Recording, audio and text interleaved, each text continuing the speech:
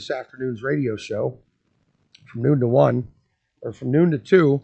I do just audio breaks on God's Love Live if I'm not doing a video at that time, because I've done them at that time before. I was doing that today, getting ready for all this, and somebody sent me a note, and he's like, man, he says, I don't know how you're on here talking about, today being a joyous, a great, beautiful day that God has created. He said, while your son's in the hospital. And I went on and I asked for everybody to pray for me, and I'll ask you guys, to pray for my son. I forgot. See, this is what I'm talking about, the chaotic thing. I forgot to fire up the audio program. So we'll do that real quick. And let's see. Is it working? It's not working. Why is the mic not working? 1, 2, 1, 2. Uh-oh. Well, while I try to figure that out, I'll keep talking. So anyway, I was talking to Letitia, and her and I were talking about it. I told her I was going to do a video, and she's like, it makes sense. She said she thinks I should or whatever, and I'm like, okay.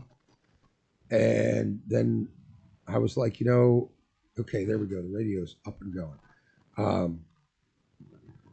I was like, I feel like I have to.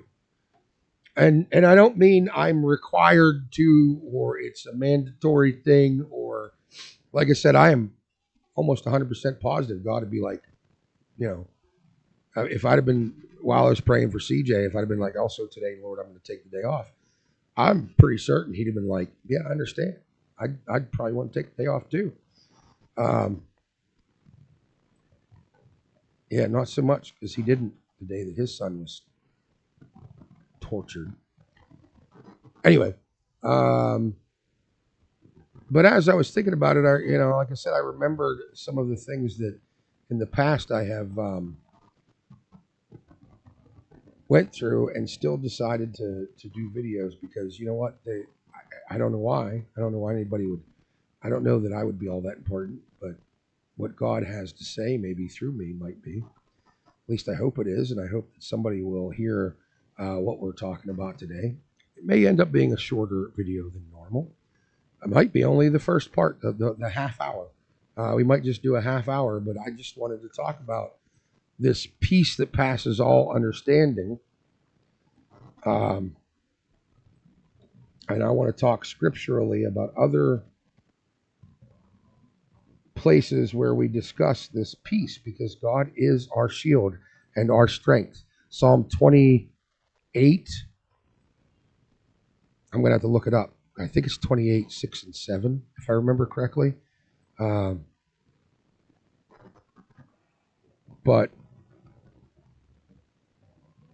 the peace that passes all understanding isn't a peace in the time of sitting around and having no problems.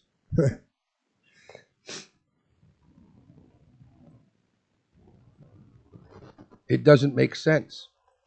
So by human wisdom, having this peace and not running out the door, one of us had to go. It could only be one of us. Either my wife or myself had to go and take CJ, because we have Leo.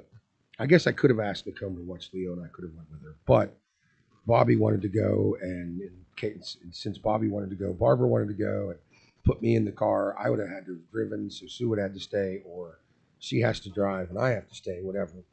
But she's better having compassion for them when they're hurt, so I sent her. And as much as I wanted to be there, and as much as I would like to be there,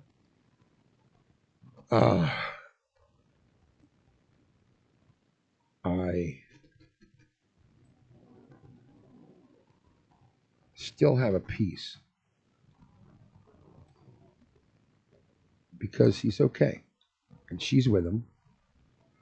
And a lot of people would look at this and be like, and even I at one point earlier was like, I don't know why I'm not more upset. I was praying and I was like, I don't know, understand, Lord. I feel like I should be more. I almost feel guilty that I'm not more angry that this happened.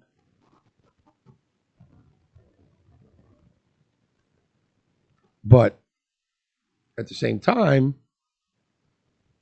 I thought of some things. I had to look them up afterwards, but I thought of some things that that might help to explain that. Isaiah 26:3. You will keep in perfect peace those whose minds are steadfast because they trust in you. Now, I trust him. I trust the Lord that although I cannot understand it, and I don't think God caused this because CJ was in rebellion. I don't think God came after him because he wasn't following God's will in his life. I think this thing happened, and I'm trusting the Lord that he will use this bad thing that happened, that is of the enemy, to work in the good for my son. Maybe to bring CJ back to an understanding of love and submit to God. Maybe bring him out of the things that he's in. So yeah, I carry a little bit of peace with me on that, because as much as, first of all, there's the relief. First of all, you find out, my daughter came walking out of her bedroom. I just found out CJ's been hurt and he needs help and da-da-da-da-da. I'm like, okay, calm down. And we got her mother up and we got everybody going. And then we found out he was okay because they took him to the hospital. There's first the relief when it comes to dealing with something like this. First, there's the relief of, okay, he's alive. Now, how bad is he? That's just a normal reaction. In case you haven't had any kind of struggle with somebody like we've had with this situation, that's a normal reaction. Okay, all right, he's alive. Well, as long as he's alive, he can be reconciled. As long as he's alive, he can be restored. He can be healed. He can recover. At least it's not too late. So part of the peace comes from that. A while ago, I was going through some stuff, and the Lord gave me a message that what I was going through at the time would enable me to see restoration for all of my children and grandchildren to him, and a reconciliation with God for all of my children. I trust that. And it wasn't some big booming voice out of the sky. It wasn't a dream of Jesus telling me. It was just, I had the knowledge as I was going through something terrible. I just had the knowledge that it's going to be okay. They're going to be reconciled, and you're going to get to see it. And I thought, I'm going to trust him.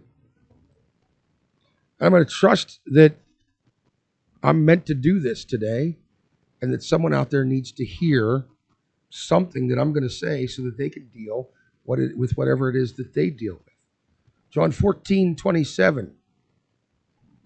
Peace I leave with you, my peace I give you.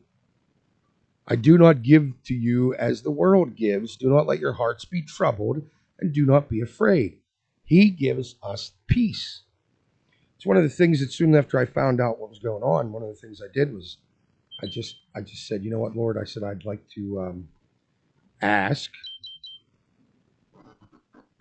that you give me peace, give me strength, give me compassion to deal with this. Look after my son, watch after my wife while she takes him to the hospital. Be with them.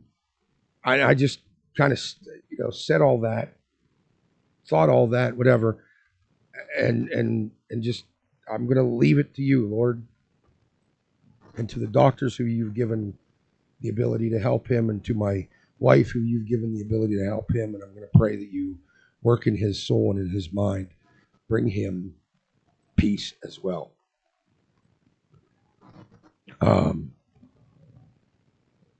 It's all I can do.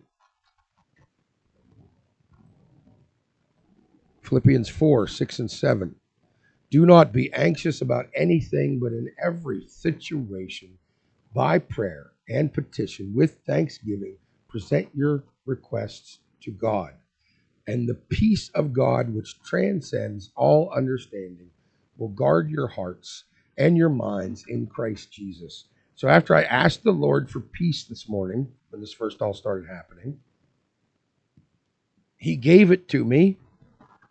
And at that point, I thought, okay, he's guarding my heart and mind. He's keeping me in peace over this whole situation with my son. I need to do the job I've been given, which is to sit down and have this discussion today. And it's not easy. It's not easy to sit here and be thankful and joyful and have gratitude and make my daughter and I some breakfast burritos and play with my grandson. Talk to my other daughter, Linnea. She called, wanted to know how everything was going, what was going on after I called and told her what was going on. In this turmoil, none of that is easy. It just isn't heavy. It's still it's still work. It's still a yoke, but it's a light yoke. The burden isn't